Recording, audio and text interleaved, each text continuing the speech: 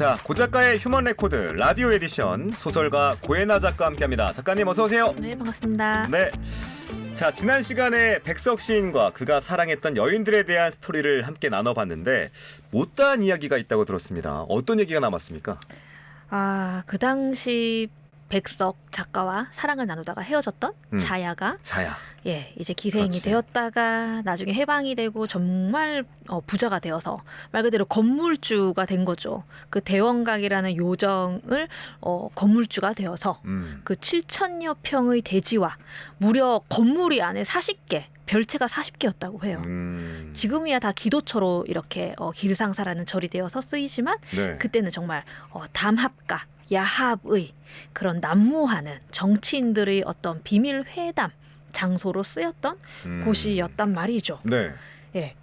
그런데 어떻게 그렇게 또 부자가 될 수 있었는지, 자야가. 예. 그리고 왜 그것을 자기가 먹지 않고, 예. 절로 이렇게 헌납 형식으로 했을까? 뭐 이런저런 얘기에 대해서 한번 오늘은 해볼까 합니다. 좋습니다. 안 그래도 그 얘기가 굉장히 궁금했는데 오늘 그 깊은 얘기를 들어보겠습니다. 자, 먹고 살기 힘들어서 기생이 되어야 했던 여인, 사랑하는 이와도 헤어져서 홀로 남겨진 여인이 도대체 어떻게 그런 기부를 할 수 있었을지 그 내막이 궁금합니다. 작가님. 네. 그죠. 저는 만약에 제가 그 정도 있다. 절대 그렇게 헌납하지 않아요. 쉽지 않죠. 7,000평의 건물이 40채? 그쵸. 이걸 어떻게 갑자기 그냥 헌납해? 그쵸. 저라면 아무리 나이가 많아도, 그죠. 있는 동안에는 내가 어떻게든 누리고 싶잖아요. 네. 예. 그런데 이제 딱 이렇게 살펴보면은 약간 가지고 있으면은 깨림칙한 그런 구석이 조금 있었던 거죠. 예. 본인이 생각해도. 네. 오. 그래서 이제 오늘은 그 이야기를 해볼 건데, 네. 일단은 그 조물주 위에 진짜 건물주라고. 네. 그런 말이 있죠, 속설에. 네. 그 자야의 원래 이름은 김영한이에요. 그리고 김영한이 새끼 기생이었을 때 나이가 20대였고 그냥 그때는 총애를 받는 새끼 기생들 중에 한 명이었고 자신이 건물주도 아니었고 원래 그것의 소유는 원래 김소산이라는 네. 여성이 이제 좀 그것을 이제 운영을 하고 있었단 말이죠. 그러면 김소산은 누구냐? 김소산도 기생인데 네. 김소산의 어머니도 기생이에요. 어머니 이름이 조봉희예요. 예, 조봉희의 소유주였어요. 대원각은. 네. 예, 그래서 그 등기부 등본이라고 하나요? 떼 보면은 조봉희 소유라고 써 있어요. 원래는. 그래서 이제 엄마 거고 그 딸인 김소산도 약간 어느 정도의 중간급 마담 역할을 했고 그리고 이제 새끼 마담인 김영한 자야를 예뻐했단 말이죠. 여기까지는 이해가 네. 되셨나요? 여기까지 이해가 됐습니다. 네. 그렇다면은 네. 또 조봉이는 누군데? 라고 물어본다면 네. 이 조봉이도 좀 보통 그것은 아닌 것이 혹시 제가 예전에 김일성 북한에서의 어떤 피바람 숙청 이야기할 때 네. 이인자라고 했던 박헌영을 기억하시는지요? 알죠. 한번 다뤘죠, 우리가. 네. 네. 그 1인자가 김일성이고 그렇죠. 2인자가 박헌영이었고 네. 그래서 박헌영은 숙청당할 수밖에 없었던 네.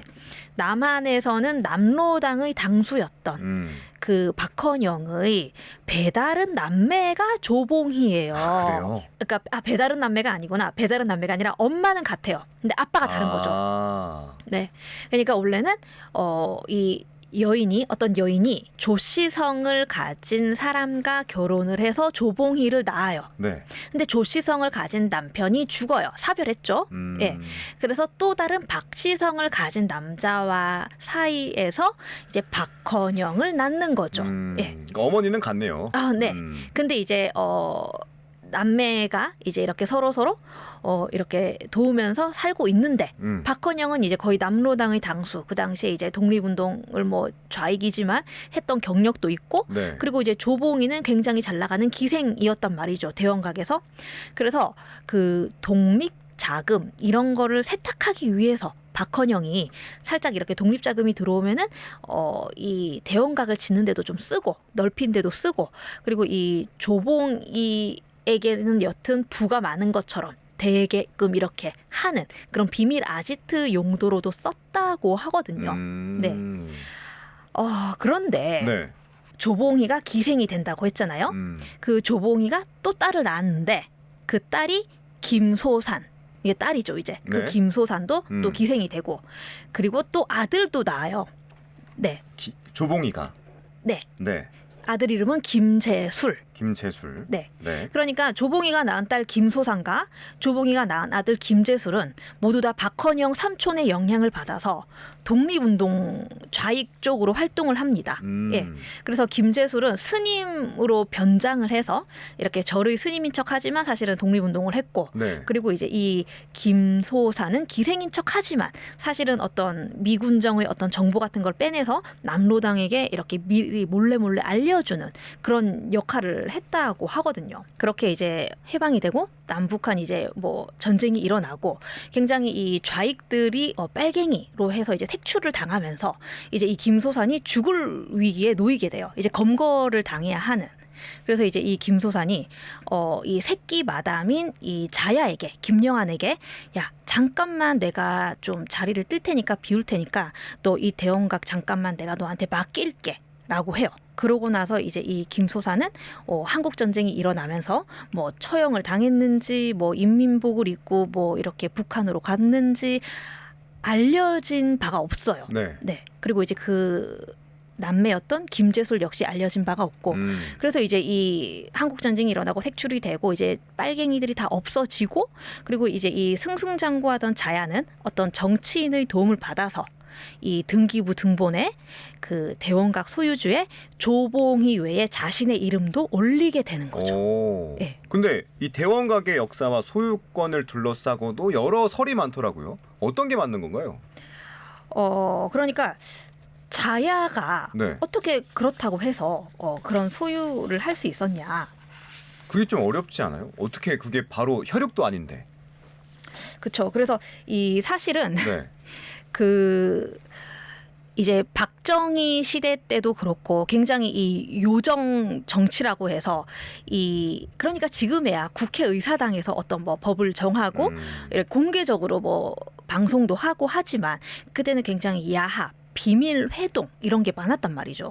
그래서 이제 이 자야가 계속 기생 활동을 하면서 해방 후에도 어떤 굉장히 입김이 센 정치인 의 도움을 받아서 좀 이렇게 올려달라. 그리고 이제 더 이상 그들은 이제 여기 남한의 무대에 설 수가 없는 거예요. 네. 그런 사람들은 네. 이미 공개적으로 활동을 할 수가 없었고 남로당은 이미 해체되고 그런 정당은 사라진 이후였기 때문에 좀 자야에게 자연스럽게 그렇게 이제 힘이 실려서 그 소유를 하게 된 거죠. 조봉이도 이미 죽은 뒤고, 네. 그 자식들도. 김소산이 자야를 많이 아꼈다라고 생각해도 됩니까?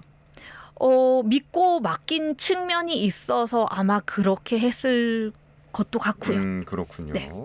자, 역시 뭐 건물주의 길은 멀고 험하지 않겠습니까? 네. 뒤늦게 소유권을 주장하고 나선 사람이 있다고 들었는데 누굽니까? 네. 옛날에는 참 너무 개방적이었던 것 같아요. 어떤 측면에서? 연애나 성적인 그런 면에서. 문화가. 네. 예. 그 독립운동가들이 네. 그 제가 저번 시간에도 말했던 것 같은데 하우스키퍼라고. 네. 그러니까 이제 남자들이 주로 독립운동을 막 여러 명이서 하잖아요. 근데 남자 둘이서 같은 집에 살면은 오해를 받을 수 그렇지. 있잖아요. 그래서 위장 부부를 하는 거예요. 여성을 그런 사람을 집을 지킨다라고 해서 하우스키퍼. 그러니까 사랑이 없는데 부부 행세를 하면서 박헌영과 어떤 여인의 사이에서 태어난 아들이 있었던 거예요. 네. 그 사람의 이름은 박병삼이고 네. 그 박병삼은 그래서 아버지를 제대로 본 적도 없이 아버지가 박헌영이라는 것도 잘 모른 채로 살았던 거예요. 아버지는 이미 북한에 가서 나중에 숙청당하고 근데 이제 자신이 성장 과정에서 엄마도 몰라, 아빠도 몰라. 그런데 계속 학교랑 직장에서 이상한 사람들이 찾아서 감시를 해. 직장은 계속 잘려. 그래서 나중에 알게 되는 거죠. 사실은 너희 아버지는 이러면서 알려주는 거죠. 그래서 김영삼 정권 이전까지 굉장히 탄압을 많이 받고 그냥 알 수 없는 이유로 갑자기 뭐 고문실에 끌려가기도 하고 그래서 이제 그분도 결국에는 스님이 되는데 그런데 이제 그분이 사실은 내가 그 소유주다. 라고 주장을 하면서 나타난 거예요. 그래서 뭐라고 하냐면은 네. 사실은 그거 다 우리 아버지가 독립자금 비밀 이렇게 루트로 그걸 불린 거고 김소산 그 사람이 이제 잠깐 맡긴 거고 돌려달라고 했는데 저렇게 입을 싹 닫고 먹고 그것도 모자라서 이제 좀 처치곤란이 되니까 저렇게 법정 스님에게 넘긴 거다라고 이야기를 했는데 네. 근데 이제는 법정 스님도 돌아가셨고 이 박병삼이라는 스님도 돌아가셨고 뭐 자야도 다 없어요. 고인이 되었죠. 그래서 네네. 누구의 말이 맞는지 알 수 없고 그냥 이제 그런 소문으로만 네, 남아 있는 거죠. 그렇군요. 결국엔 김영한 입장, 자야 입장에서는 풍운을 잘 탔다라고 생각할 수 있을 것 같은데 휴전 이후에 이 공산주의자들이 설 자리를 잃으면서 어부지리를 한 셈이다라고 평가할 수 있을까요? 그렇죠. 저는 사실 아마 그 박병삼이라는 박헌영의 아들 말이 거의 한 99% 맞지 않을까? 그렇게 생각을 해요. 예. 그때 참 웃긴 게 네. 해방 전에도 그렇게 기생집이 돈을 많이 벌었는데 이제 해방 이후에는 좀 더 그것을 공식적으로 어떤 기생 관광처럼도 쓰면서 더 돈을 많이 벌었단 말이에요. 대놓고. 그래서 이제 나중에는 이제 이런 건 없어져야 되는 문화다 이래서 막 다 없어질 때 이미 너무 많은 돈을 벌었던 여인들이 대부분 다 미국 가거든요. 굉장히 다 거기서 이제 말년을 평화롭고 유유자적하게 보내는 거죠. 근데 자연은 그렇게 하지 않고 이것을 어떻게 이게 현금화하지 않고 이렇게 헌납을 했다. 그게 저는 아마도 그렇지 않을까 생각을 해봅니다. 자, 백석 시인도 그렇지만 김영한 역시 우리 현대사의 한복판을 살아냈습니다. 대원각이라는 공간 자체가 좀 우리 역사의 한복판에 있다라고 봐도 될까요? 그렇죠. 그 옛날에 북악산에 3대 요정각이라고 해서 대원각, 청운각, 삼청각이 있었단 말이에요.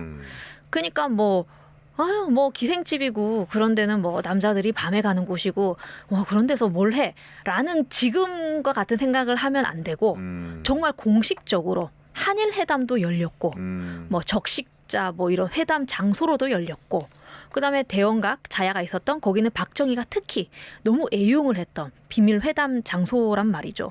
사실 박정희가 가장 마지막에 궁정동 안가의 그 연회장에서 이렇게 술 마시고 뭐 이렇게 풍금 소리 듣고 하다가 죽었잖아요. 그러니까 그냥 항상 정치를 논할 때 그런 장소에서 했단 말이죠. 지금과는 조금 더 다른 어떤 공식적인 중요한 장소였다. 예. 지금 우리가 생각하는 그런 술집 개념이 아니라 네. 저 공식적인 미팅을 할 수 있는 장소였다. 이렇게 생각하면 좋을 것 같습니다. 자, 대원각은 절이 변모했고 또 삼청각은 한식당과 문화 공간으로 명맥을 잇고 있습니다. 청운각은 기업체 인재개발원으로 탈바꿈을 했는데 청운각 관련해서는 비하인드 스토리가 있다면서요. 어떤 이야기가 숨어져 있습니까? 그렇죠. 이 청운각의 여인, 그러니까 대원각의 여인은 자야고 청운각의 여인, 송모 여인의 이야기를 잠깐 또 하지 않을 수가 없는데. 네, 말해주세요. 예, 그러니까 거기는 그냥 뭐 지금의 대통령 후보들, 뭐 대통령 혹은 국회의원 이런 사람들이 그냥 거리낌 없이 드나들던 곳이란 말이에요. 네네. 그래서 주워 듣는 것도 많고 친분도 쌓을 수 있는 장소였어요. 그래서 그 당시가 이승만 시대인데 이제 이승만 시대 때 농림부 장관을 했던 혹시 조봉암이라고 들어보셨는지? 아니요. 예. 누구예요? 조봉암이라는 네. 분은 그 사실 지금의 이재명 대통령이 사법 살인을 당할 뻔했잖아요. 그런데 이제 이 조봉암이라는 사람은 실제로 사법 살인을 당했던 1호 인물이거든요. 네. 그러니까 이승만 때 이승만에게 반대하는 이런 스피커를 많이 냈었고, 근데 그럼에도 불구하고 이승만이 좀 조봉암을 좋게 본 건지 이승만이 대통령이 되고 나서 그를 농림부 장관 자리에 앉혀요. 그래서 이제 굉장히 이렇게 인기가 많아지고 일을 잘하니까 조봉암이 그래서 인기가 많아지면서 그 다음 선거 때 이제 무소속으로 출마를 해요. 내가 이승만을 이길 거다. 이승만 저렇게 정치하는 거 두고 볼 수 없어. 뭐 이러면서 근데 2위를 하거든요. 네. 이승만의 표를 바짝 추격해요. 그래서 원래 이 대통령 뭐 이런 지금 대선도 그렇고 정적을 제거를 하려고 하잖아요. 그 다음에 나에게 유리해지게 하기 위해서. 그래서 이제 이 이승만도 어떻게든 조봉암을 제거하고 싶어 하는 거예요. 그런데 또 3대 이제 선거가 열려요. 그런데 이 조봉암의 표가 엄청 많아요. 그때는 더 인기가 많아져서. 그런데 이제 이 이승만이 그때 부정선거를 저질렀죠. 3.15 부정선거. 예, 그리고 이제 이승만이 그래서 이때 유명한 조봉암이 남긴 말이 나는 선거에서 이겼는데 개표에서 졌다. 라는 말을 남기는데, 네, 그러니까 부정선거가 너무 그때는 뭐 CCTV가 어디 있고 뭐 그죠, 뭐 종이도 살짝 더 쓰고 뭐 전기 뭐 이렇게 정전시켜서 뭐 바로 표 바꾸고 뭐 그랬다고 하잖아요. 그랬기 때문에 이대로는 볼 수 없다라고 바짝 추격당한 이승만이 이제 조봉암을 진짜로 좀 죽여야겠다. 그래서 이제 뭐 간첩죄 이런저런 거를 다 뒤집어 씌워서 바로 기소를 내서 뭐 어떤 재판 과정도 없이 사형 선고를 내려버립니다. 아, 그래요? 예. 그래서 진짜 뭐 이렇게 손쓸 겨를 뭐 변호사 구하고 이런 거 없이 그냥 바로 사형을 당해요. 그래서 이 사법살인 당한 제1호 정치인이고 네. 이것이 30여 년이 훨씬 지난 다음에서야 2011년에 무죄 판결이 내려지거든요. 그러니까 너무 세월이 많이 지난 거예요. 그 박헌영의 아들 박병삼 역시 힘든 세월을 보냈지만 그래서 이 조봉암의 아들 그러니까 이 청운각의 송모 여인과의 사이에서 아들을 낳았거든요. 그 아들 역시 내 아버지가 사형당한 조봉암이라는 것도 모르고 아, 그래요? 네, 왜냐하면 알게 되면 더 탄압받으니까. 그런데 이미 고위 관리들 알 사람들은 알잖아요. 뭐 네. 생김새도 아빠랑 비슷하고 하니까. 그리고 이때는 진짜 개방적인 게 뭐냐면은 네. 조봉암이 송모 여인과의 사이에서 아들을 낳았어요. 네. 아들을 낳았는데 그냥 당연하게 떳떳하게 이 조봉암이 아들을 본처에게 주는 거예요. 네. 네, 내가 아들을 밖에서 데리고 왔다. 그리고 그 조봉암의 결혼한 여인 역시 독립운동가였는데 네. 김조이라고. 근데 아이를 낳을 수 없는 몸이었어요. 그래서 아이가 없었어요 사이에서. 그래서 김조이가 키워요. 그 걷어들여요. 네. 데려온 아들을 대를 잇고 뭐 옛날에는 그런 게 좀 또 있었잖아요. 네. 잘 키워요. 그런데 네. 이제 조봉암은 사형당하죠. 그다음에 김조이 그 사람도 독립운동가였기 때문에 한국전쟁 때 납북이 돼요. 그래서 돌봐줄 사람이 없게 된 거예요. 그 아들을. 이 조규호라는 아들을. 네. 네. 그래서 정말 뭐 조봉암의 누나, 뭐 친척, 뭐 같이 독립운동했던 사람들한테 계속 이제 집이 바뀌면서 키워지는 거예요. 네. 그리고 우리 엄마, 우리 아빠 몰라. 그냥 그랬던 시절이죠. 예. 하지만 이제 계속해서 탄압은 당했고, 근데 2011년에 무죄로 판결이 났으니까 이미 거의 그 아들이 60살이 넘어서야 무죄 판결을 아빠를 받은 거예요. 그럼 그때 동안 뭐 내가 이렇게 제대로 된 직장 들어가면 다 잘려, 뭐 이렇게 입김 때문에 다 안 돼. 그 세월을 보상을 누가 해주겠어요. 그렇지. 네. 힘들었겠네요. 진짜 녹록치 않은 삶을 살았던 것 같습니다. 그렇죠. 자, 막후 정치의 무대였던 요정들이 한국식 접대 문화에도 큰 영향을 미쳤다고 하는데 이 역시 이젠 옛 얘기가 된 거 아닐까라는 생각이 듭니다. 어떻게 보십니까? 참 옛날에는 그러니까 너무 그런 게 아무렇지 않았던 게 아닌가. 좀 더 개방적이었던 것 같고, 그리고 심지어는 박정희 때 어떤 걸 했냐면은 우리나라의 돈을 그러니까 외화벌이를 하기 위해서 아예 이 공식적으로 지정을 해요. 기생 관광집을 이렇게 70개 정도를 지정을 합니다. 전국에. 그래서 여기에 가서 외국인들은 돈을 써라 라고 해서 그래요? 네. 그리고 심지어는 그 이렇게 기생처럼 일을 하는 여인들에게 통금 시간까지 해제시켜주고 그리고 그런 기생 관광집에게는 세금을 감면해준 혜택까지 내리는 장려를 한 거예요. 그래서 너무 많이 이렇게 보러 온 거예요. 장사가 잘 되고 오히려 그런 것을 권장했던. 그러니까 지금 생각하면 정말 상상할 수 없는 그래서 그런 걸로 꽤 돈을 많이 벌었고 오히려 정부에서 이렇게 하니까 그걸 누가 뭐라고 하겠어요. 네. 그랬던 시절이 있었는데 네. 뭐 지금은 이제 아예 그런 것들이 강남 개발 붐으로 인해서 차츰차츰 소멸이 되고 그리고 한때 뭐 엄청 강남에 뭐 유흥가가 많았잖아요.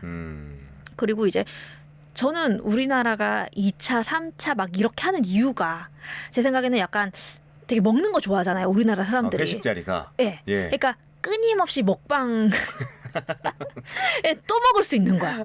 그 다른 안주랑 술로 네. 새벽 몇 시가 돼도 또 먹을 수 있는 거죠. 음. 그런 것도 한몫을 한 것 같고 그리고 지금에야 약간 평생 직장 개념이 없잖아요. 네. 뭐 그래서 잘 보일 이유도 없고 직장 상사들한테 막 아부를 해서 끝까지 회식 자리에 남아 있고 굳이 요즘에는 그런데 이제 그때는 어떻게든 잘 보여야 되고 살아남아야 되고 회식 자리에 끝까지 있고 그러다 보니까 이제 그 대원각 같은 요정 정치도 이제 없어지면서 김영삼 정권 들어서면서 완전 없어지거든요. 그게 다 완전히. 그러면서 강남으로 이제 개발을 하면서 강남 땅값이 오르고 유흥가가 그쪽으로 생성이 되고 예, 그 문화가 살 옮겨왔다가 이제는 또 MZ 세대라고 해서 네. 회식 문화가 거의 거의 없어요. 지고 있지 않나요? 네, 네. 그렇죠. 그리고 회식을 안 가도 눈치를 주지 않죠. 그렇죠. 네. 뭐 개인의 자유니까. 그죠. 그냥 네. 저녁 시간을 내가 내 식대로 쓰겠다. 이것을 업무의 연장선으로 생각하지 않고 예. 그래서 이제는 이런 얘기를 하면 아마 믿지 않을 정도로 정말 바뀌지 않았나. 네. 그런 생각이 듭니다. 네. 자, 오늘은 시인 백석이 사랑했던 여인 김영하, 그러니까 자야라고도 우리가 방송에서 말했는데 이 얘기부터 출발해서 그녀가 일군 대원각과 한국 현대사의 이면에 자리 잡았던 요정 정치까지 두루두루 얘기 나눠봤습니다. 오늘도 역시나 흥미진진했습니다, 작가님. 네. 네. 지금까지 고에나의 휴먼 레코드 소설가 고에나 작가와 함께했습니다. 작가님 귀한 말씀 고맙습니다. 네, 감사합니다.